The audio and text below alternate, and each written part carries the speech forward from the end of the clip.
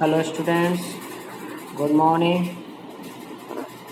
Class 10, chapter number 6.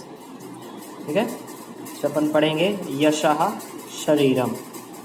Okay, यशः शरीरम means होता है जो हमारा शरीर है वो सदैव यश से जीता रहे.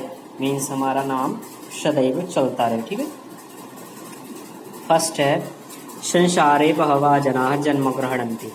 ठीक है, संसार में बहुत सारे लोग जन्म लेते हैं, लेकिन उनमें से अल्प जना कुछ लोग ही संसार में ख्याति और यश प्राप्त करते हैं.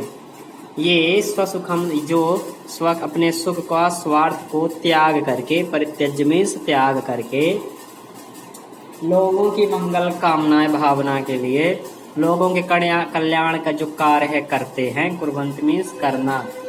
ते एव यशा शरीरेण जीवन्ति, वो इसने यश शरीर से जीवित रहते हैं. ये स्वार्थ मात्रम चिंतयति ते तु जीवंतो अपि मृता इव तिष्ठति. जो स्वार्थ मात्र, ठीक है, स्वार्थ रख करके और बस सोचते रहते हैं तो वो जीते हुए भी मरे के समान है. ऐसी भावना विकास के लिए और बालकों के ज्ञान के लिए, ठीक है ना, बालकों को सब समझाने के लिए ये जो कथा है वो यहाँ पर प्रस्तुत की गई. कौन सी कथा है? यशः शरीरम. ठीक है, फिर चलेंगे. गंगा किनारे मार्कंडे नाम के कोई मुनि रहते थे. उनके गुरुकुल में बहुत सारे शिष्य थे. ठीक है, वासुदेव उनमें से प्रिय शिष्य थे. उनके 12 वर्ष के अध्ययन के बाद, जब वासुदेव ने 12 साल तक अपनी स्टडी की, यदा समाप्तम, स्टडी कंप्लीट हो गई, तब गुरु ने बुलाया और बोला. क्या बोला? शिष्य छात्र अधुना, इस समय भगवान सर्वविद्या पारंगता. इस समय तुम सभी विद्याओं को जानने वाले हो गए या सभी विद्याओं की ज्ञाता हो गए हो. अतः इसलिए अब तुम अपने गांव को जा सकते हो, लेकिन गमनात् पूर्वम, जाने से पहले तुम द्वारकापुर है देवराज का घर, वहां जा करके आओ. ठीक है, देख करके आना है. किंतु गृहस्यान्ता न गंतव्यम, लेकिन घर के अंदर नहीं जाना. वासुदेव तस्मिन एव दिने, कुछ दिन बाद उसी दिन वो द्वारकापुरी गया. और दिन त्रयात्मक से 3 दिन के बाद वह ग्रामम प्राप्त, गांव को पा गया. और गांव के दरवाजे में पहुंच करके और लोगों से पूछा कि देवराज का घर कहाँ है ना. तो किसी ने पूछा कि वृथा किमर्थम गमते, बेकार में तुम क्यों जा रहे हो वहां. ऐसी उपेक्षा से किसी ने बोला और देवराज का जो घर का जगह थी, जो स्थल था, उसको सूचित कर दिया कि भाई इधर है. अग्रे गतः, आगे जा करके कुएं में एक महिला पानी भर रही थी. ठीक है, तो जा करके और महिला से याचना की पानी के लिए. महिला ने पानी पिलाया. पिबन्ता पृच्छत, और इसने पानी पी करके पूछा. क्या पूछा? कि देवराज का घर कहाँ है ना. तो उस महिला ने क्या बोला कि उस पापी का नाम मेरे सामने मत लो, है ना. मम पुरता, मेरे सामने मत उच्चारण करो. ऐसा बोल करके वह महिला वहां से चली गई. क्लियर. इसके बाद है किंचित अग्रे, कुछ और आगे जा करके वासुदेव किसी मंदिर को देखा, है ना. वहां प्रासादत्वेन, वहां भोजन वितरण चल रहा था, और ये प्रसाद वितरण हो रहा था.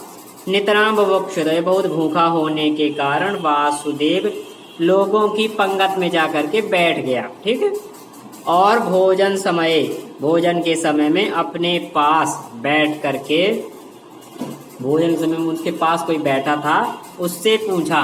ठीक है, वासुदेव ने पूछा क्या कि देवराज का क्या देवराज धनिक है, क्या देवराज अमीर है, रिच है. तदा सह व पार्श्वस्थ जन, तब वो जो बगल में बैठा था व्यक्ति, वह बोला, धिक भवंता, आपको धिक्कार है. भोजन काले, भोजन के समय में तुम उस पापी का नाम ले रहे हो, स्मरण कर रहे हो. और ऐसा बोलते हुए उसने भोजन को छोड़ दिया. ठीक है, एतद् दृष्ट्वा, यह देख करके और परिवेश का, जो भोजन परस रहा था, तो वासुदेव को अन्न और खीर नहीं दिया, नहीं परोसा, है ना. अपूर्णोदर, तो उसका पेट जो था खाली रह गया। एव सह तथा उत्थितवान, और यह खाली पेट ही उठ गया। दूरात एव देवराजस्य गृहं दृष्ट्वा, दूर जाकर के देवराज ने घर देखा और वापस आ गया। 2 दिन के बाद गुरुकुल को पहुंचा। गुरु ने पुनः बोला, रामनाथपुरम गत्वा, रामनाथपुर जा करके और रामदेव का घर जान करके आओ, है ना। शिष्य इसके बाद दूसरे दिन रामनाथपुर को गया। मध्य मार्ग जब चल रहा था तो बीच रास्ते में उसको सोमपुर मिला। सोमपुर में एक घर के, अपने घर में सामने एक महिला बैठी थी, है ना, माता जी बैठी थी। तो जाकर के माता जी से बोला, अम्बा किंचित जलम ददातु, माता जी मुझे थोड़ा सा जल दे दीजिए, ऐसा। इसके बाद जलम दत्वा, माता जी ने जल प्रदान किया और पूछा कि आप कहाँ जा रहे हैं। तो रामदेव ने बोला, क्या बोला रामदेव ने कि वासुदेव वासुदेव ने बोला कि रामदेव के घर जा रहा हूँ। तो महिला ने बोला, माता ने, अहो कितनी अच्छी स्मरण की बात है, कितनी अच्छी बात है। इति युक्ता, ऐसा बोल करके, और माता वासुदेव सस्नेहम अंतः नीत्वा, है ना, वह माता वासुदेव को घर के अंदर ले गई, बड़े भोजन आदि करवाया, है ना, सत्कार कराया, स्वागत सत्कार। इसके बाद निकल करके वासुदेव रामनाथपुर को गया और रामदेव का घर कहाँ है ये किसी से पूछा। इसके बाद सत्कृत स्वागत सत्कार हुआ और रामदेव, उस व्यक्ति ने भी इसका स्वागत सत्कार किया, फिर रामदेव के घर को दिखाया। दूर से जाने के बाद घर देखा और वापस गुरुकुल को आ गया। ठीक है, इसके बाद सेकंड पेज पे चलेंगे बच्चों। सेकंड पेज पे क्या है, तो जस्ट वेट,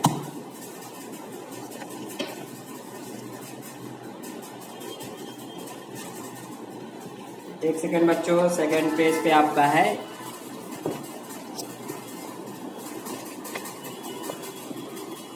हाँ जी,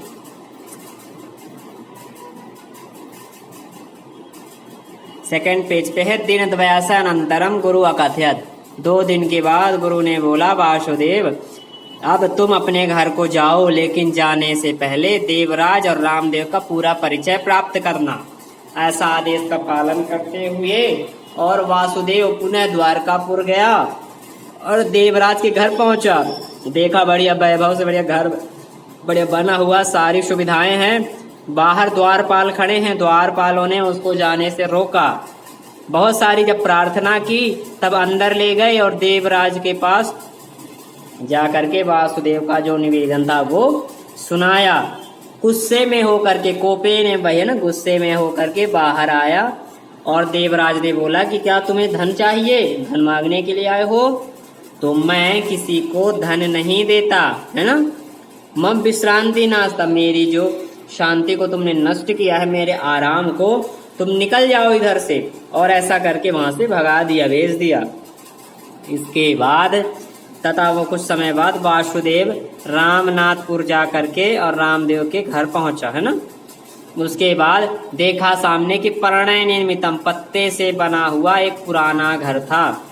कोई युवक वहां आया और उसका स्वागत सत्कार किया, भोजन पानी आदि करवाया। सत्कार करने के बाद विश्राम की व्यवस्था की।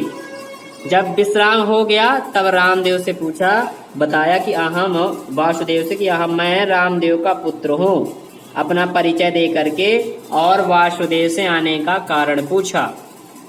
जब वासुदेव रामदेव की दर्शन की इच्छा प्रकट की तब पुत्र ने एक चित्र दिखाया कि मेरे पिता 20 वर्ष पहले ही दिवंगत हो गए। ठीक है, सो इस समय केवल इनकी स्मृति मात्र ही रह गई है फोटो, और विषाद करने लगा। रामदेव ने गांव का विकास किया, देवालय बनवाया, चिकित्सालय बनवाया, विद्यालय बनवाया, ग्रंथालय बनवाया, धर्मशाला, उद्यान आदि बनवाए। ठीक है, यह सब वासुदेव ने देखा। गांव में सभी ने रामदेव के गौरव को स्मरण किया। देवराज जीवति, देवराज जीकर भी और किसी से कोई आदर नहीं प्राप्त कर रहा था, लेकिन जो रामदेव था वह 20 वर्ष बाद मरने के बाद भी उसका नाम लोग प्रतिदिन स्मरण करते थे। यह समाज हितम चिंत्यति सामृतोपि जीवति, जो समाज का चिंतन करता है वो सदैव जीता है, ठीक है। या स्वार्थ मात्रम चिंतित, और जो स्वार्थ मात्र में जीता है वह तो जीकर भी मृत्यु को प्राप्त है। ऐसा अवगतवान, ऐसा वासुदेव ने समझा और कहा कि मुझे रामदेव के जीवन का अनुसरण करना चाहिए, और ऐसा संकल्प लेकर के अपने गांव को वापस आ गया। सो स्टूडेंट्स, ये आपका ये वाला जो आपकी हिंदी मीनिंग थी वो आपको समझ में आई होगी। Thank you students.